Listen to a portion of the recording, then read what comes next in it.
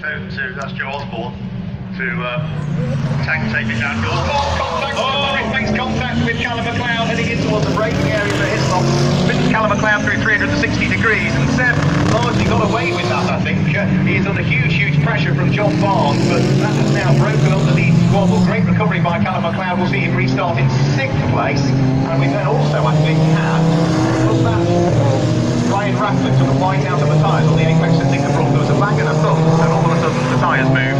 Right, well, we're making a replay of that. It's between the two factories at the moment. I have a feeling about what it's not doing, but we get a replay of that. So, anyway, it means that out front is still key. Then a gap back to the better of the Bentleys now, which is, of course, Seth Morris. John Barnes is third. He came out of the Bentleys. Family.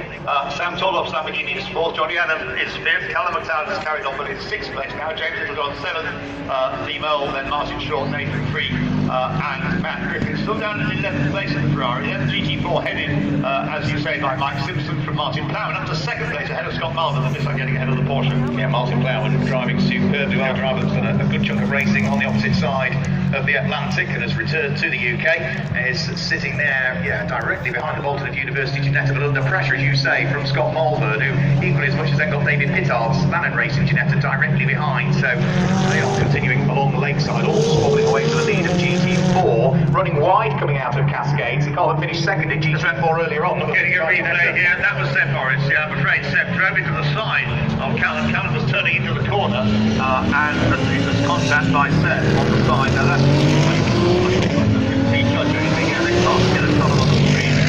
looking slightly unhappy with what you were saying about that, but it's difficult not to say that was Seb's fault. Alongside when they're coming into the braking area, but Callum had no choice. He'd got to turn into the corner at some stage. Here comes the leading battle for GT4, and it is absolutely raging. There are 5 cars doing battle for the lead of GT4. Michael Simpson really having to work terribly hard trying to keep Martin Plowman at bay. Who's got Scott Mulvern right behind him. There's David Pittard, and now joining in the mix as well, making 5 for the lead of GT4. It's Adam Mackay in the wheel of the number 17 McLaren. We've got the leaders through then, Phil Keane, and then Seth Morris is catching him 1.8 seconds of the gap this time. But you've been mentioning Mike Simpson's got damage to the front of his Ginetta, and it may bring out the people black and orange flag there, because it's looking a little bit flappy. Joe Osborne is, by the look of things, now retiring the McLaren. Exactly the same problem. The front of the car all of a sudden blew up into the windscreen, so he has retired the car down at Cascades, because I'm assuming he could just see nothing, and the leaders were bearing down on him on that occasion. So scary moment for Joe Osborne. Twice in this session that front panel has blown up into his windscreen to obscure his view. Right, well, Mike Simpson just hanging on ahead of Martin Plowman, who really is putting the Martin doing a tremendous performance here in the Nissan. He's right on the tail. He's got Scott Mulvern right on his tail. Going to say, David, look at them going for Cascades. Here they are, 5 of them through Cascades. Scott Mulvern under pressure from David Pittard, the Porsche and the Ginetta. If they hold each other up, don't rule out the fact that the car number 501, Mike Robinson might close in as well. They're disappearing out of view, and on his dislodge comes the leading GT3 car, still being whatever the race leader. Seth Morris, though, starting to turn the screw again. He's pulling away from John Barnes, and I think he's closing the gap, isn't he, on the Lamborghini? Yeah, I said he's going down to 1.8 seconds. Into the pits has come Will Moore. Not Will Moore, number 52, just now by Matthew Jones. The Matthew Jones into the pits, so follows for that car. But starting at the back of the grid. And so we'll have the leaders through in a moment with Phil Keane at the start of the lap, 1.8 seconds here. Fastest lap for Seth Morris.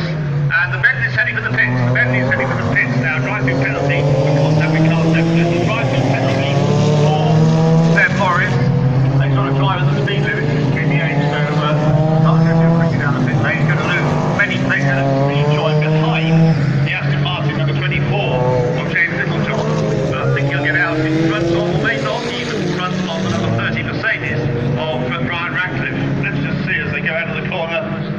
Yes, he has got out in front of, I think let's confirm this with Cascades, in front of the Mercedes. He has got out in front of the Mercedes, so work still to be done for Seth Morris in his stint, and of course for Rick Parfitt, who will take over the Team Parker Bentley. You're laughing because GT4's heading towards you. It's fantastic, because you've got 2 seriously good drivers here, Mike Simpson and Martin Plowman, and Scott Mulvern is a seriously good driver as well. You've got 3 of them really getting stuck in there, and David Pittard is wanting to join in as well. It's a brilliant bit of battling going on there, and Adam Mackay, probably the least experienced of them all, hanging on as well. There they are, Cascades. Scott Mulvern having a look at the inside of Mike Simpson. There's contact between the 2 of them. The Ginetta spins, the Porsche goes Martin Fowler now leads GT4. Scott Oulton will recover. He's almost ended up at Foster's and Hislop's, really. Mike Simpson, though, is now just trying to put his gear up. Scott Oulton, too keen to get going, has another spin on the grass, and that has really undone what was a fantastic battle that you were just talking about between pro driving the GT4. But it's a bit of a Seth Morris on Callum McLeod situation. That I think it could well bring a penalty to Scott Marvin, who is only now rejoining. He's trying to get through on the inside. There wasn't space. He tapped Mike Simpson into that spin. Yeah, so they both recover, but they've tumbled right down towards the very tail end of the field, and it's the Nissan now that leads GT4 down to Martin Fowler. Right. John Barnes leads. He's got Sam Tordoff closing up on him. Johnny Adams has just done the fastest lap of the race, so he's closing up on all of them. And Callum McLeod is there as well. And then we've got James Littlejohn through into number 24, Aston Martin in 6th place. 7th is Seth Morris.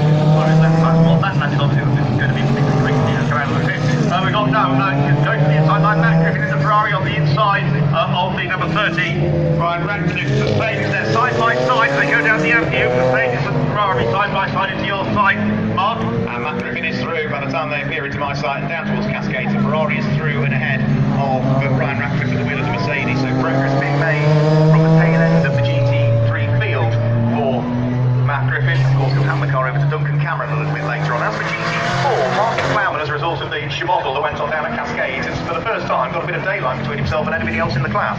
Yes, he's got 2.6 seconds advantage over Adam Mackay in the McLaren number 72. Jamie Pittard is third in GT4.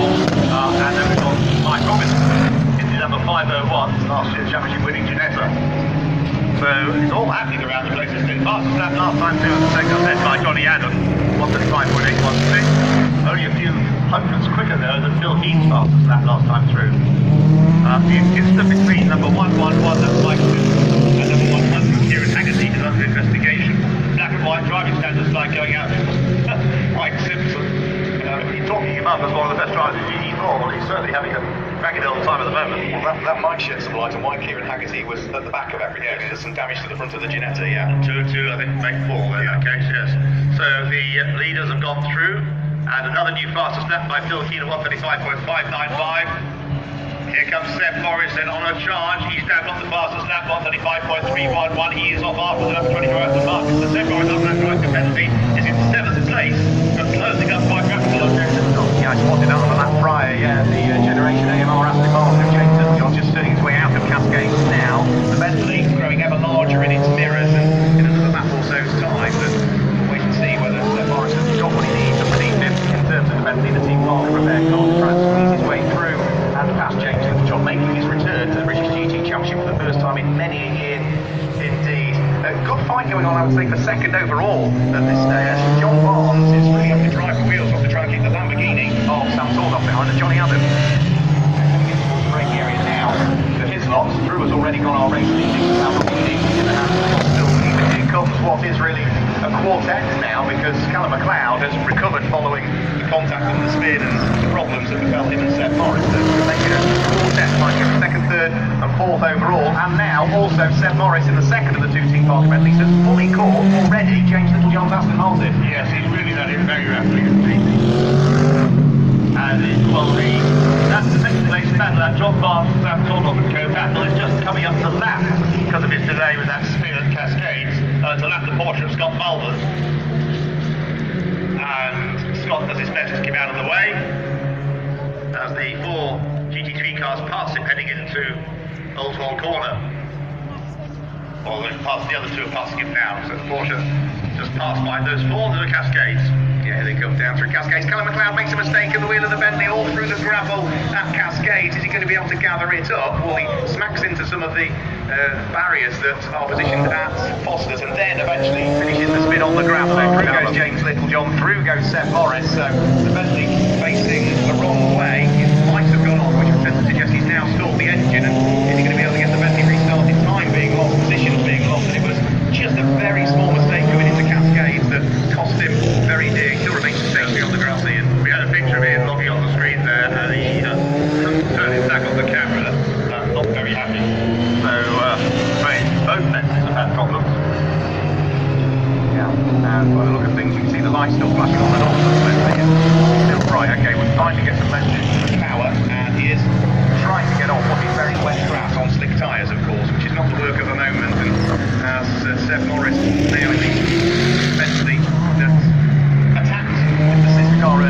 fast bit. Nick Brook only now is kind of rejoining the circuit down at Cascade, so what's that, half a lap he's lost? Yeah, and